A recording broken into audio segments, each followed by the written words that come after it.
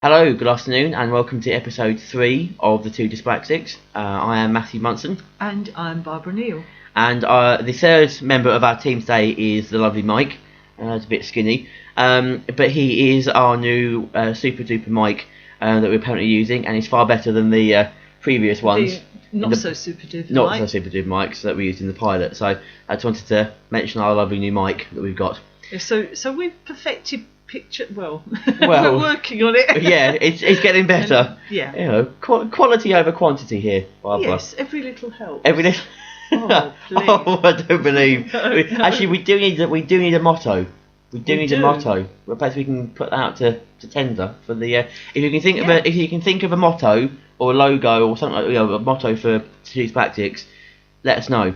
You know, preferably one that's grammatically correct because we get. And no foul language. And no foul language. Because we've had far too much of that from Matthew as it is. Yeah, it's true. It's true.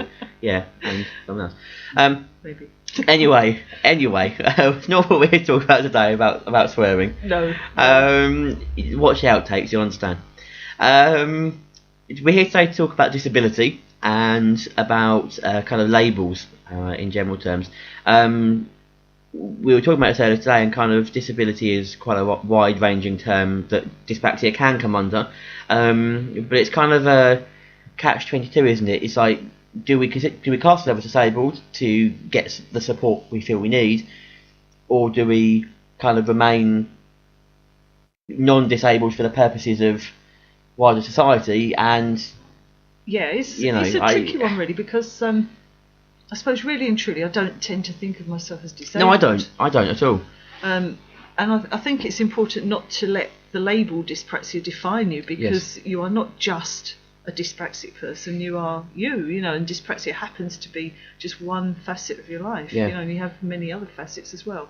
It's just one of them. So I always think it's interesting, because certainly Barbara and I, when we first came across each other a couple of years ago, it was through a dyspraxia forum on Facebook. Yeah. And so obviously what brought us together was the fact that we're both dyspraxic.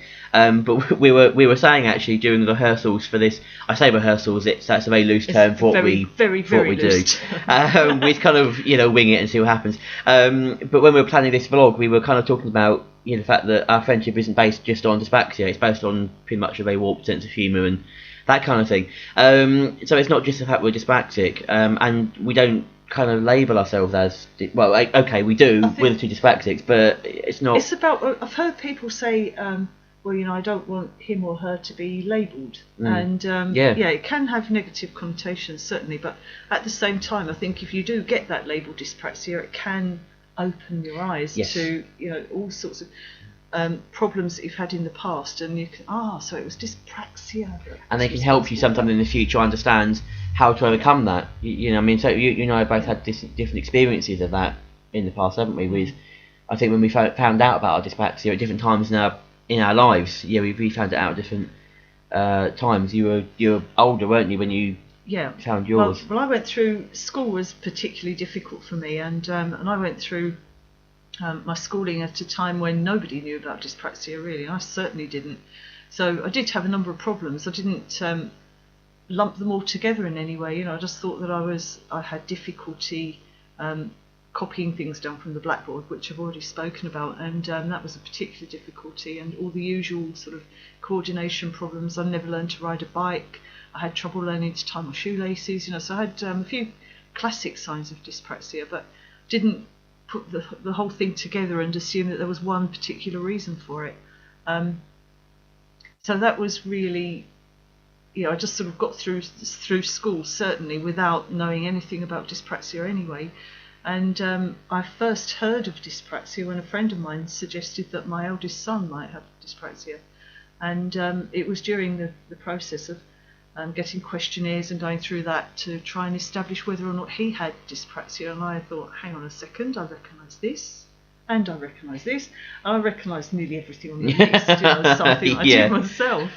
So that was my awakening moment really, and then gradually the more I discovered about dyspraxia, the more I could identify things that had happened when I was much younger and blame dyspraxia for it basically. I had something I can put all those things together and put them down to, which was a fantastic revelation for me.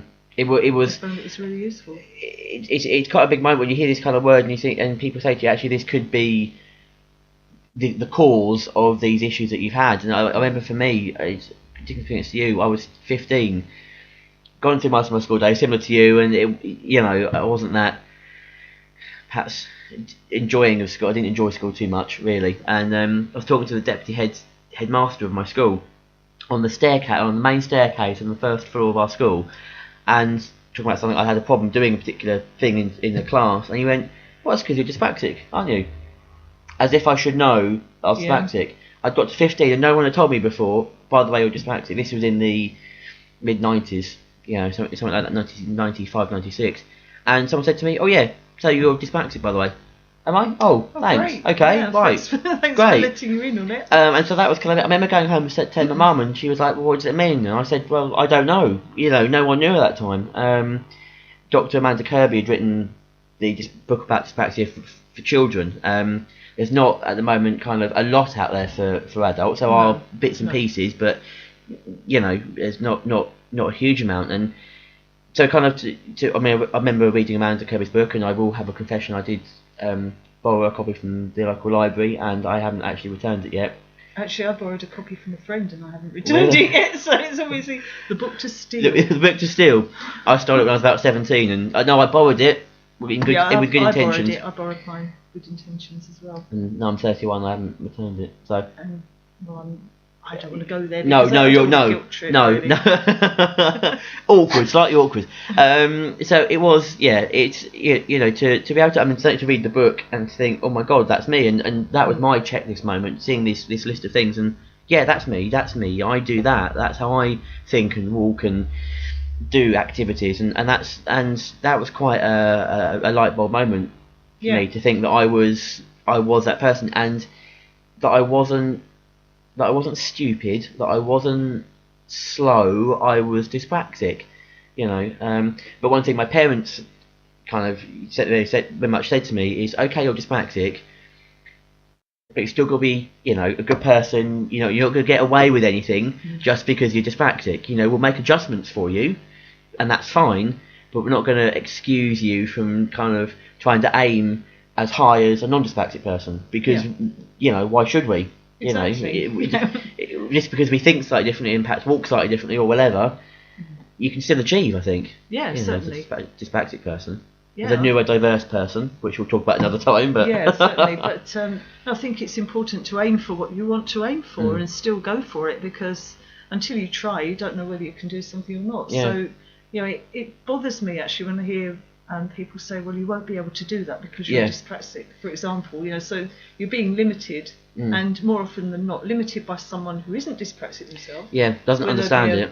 Yeah, a parent or a teacher or whoever, but has a limited understanding of what it's really like to be dyspraxic. Yeah. And, well, mind you, though, we can do that even between ourselves sometimes, can't we? We can. Can. I'll let Barbara tell the story of basically Barbara and I met about yesterday at a conference. She's disappearing. Look, she's wandering away. I'm not really disappearing. My feet have gone to sleep. I've got she's vanished. She's vanished. Barbara went to a conference yesterday. I'll let Barbara tell the story of us leaving the conference. Yeah, it was quite a moment actually, because we're both walking down the stairs, and this is one of the things that I'm able to write off to dyspraxia, if you like. But I used to think I was just superstitious because I count stairs particularly when I'm going downstairs and when I'm going upstairs as well. But I count the stairs, and there's a very good reason for that. Yesterday, in particular, when we were leaving this conference, we were both walking down the stairs. Matthew was holding onto a handrail, which I normally do if there is one, because it just makes life that much easier. But there wasn't one for me because Matthew'd hold it. So I was walking down the stairs next to him, and I was counting the stairs in my head, and he was asking me something, and I just couldn't answer. I just had to wait until we got to the foot of the stairs, and I said, I'm really sorry about that, but I couldn't, I had to sort of focus on the stairs, so I just couldn't hold a conversation. It was funny, because I'd gone automatically to the handrail, because I suppose... That's what you do. Yeah, that's automatically to hold on, to steady myself. And because I think the majority of my friends are non-dyspraxic, dyspraxia is comparatively rare to being non-dyspraxic, I guess. And so I got hold of the handrail, I felt secure, I was walking down the stairs, turned to my right to ask Barbara whatever question I was asking her, thought, oh, she's not answered my question. She's obviously perhaps didn't hear me, so I said it again. Then I kind of realised, oh, hang on, she's not got hold of her hand well. Okay, I'm going to keep quiet now until she gets down the stairs. I kind of twigged at that point. Yeah. And we laughed about it kind of going out because I just hadn't given any allowance to the fact that Barbara had dyspraxia and needed to kind of focus on the activity she was doing. And it was kind of quite weird because all the stuff we talk about, access for dyspraxics, yeah, but we hadn't done it.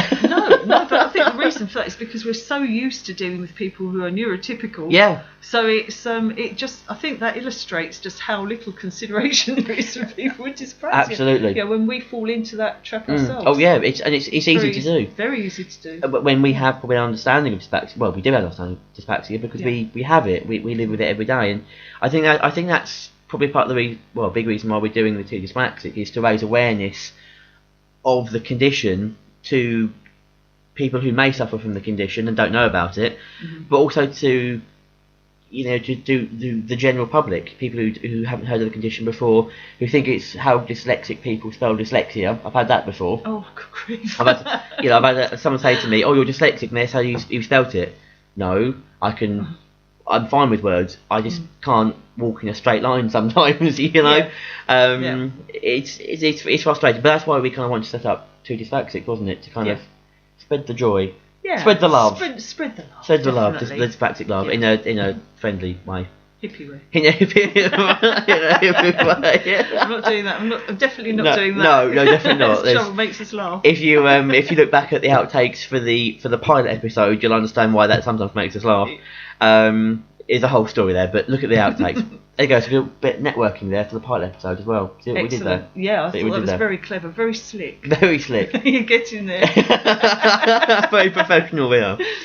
So that's I guess that's why we're here, to kind of raise awareness, and hopefully Barbara not choking and kind of the Two Dyspraxic becoming one. Be very sad. We love each other, really. Yeah, we do, really. So that's another episode. We are now at 12 minutes 20, Barbara, so perhaps we better... I think that's pretty good. Yeah, we've done well. Labelling and positivity for the future. Yeah. So thank you very much for watching, and we'll hopefully see you again soon. Bye. Bye.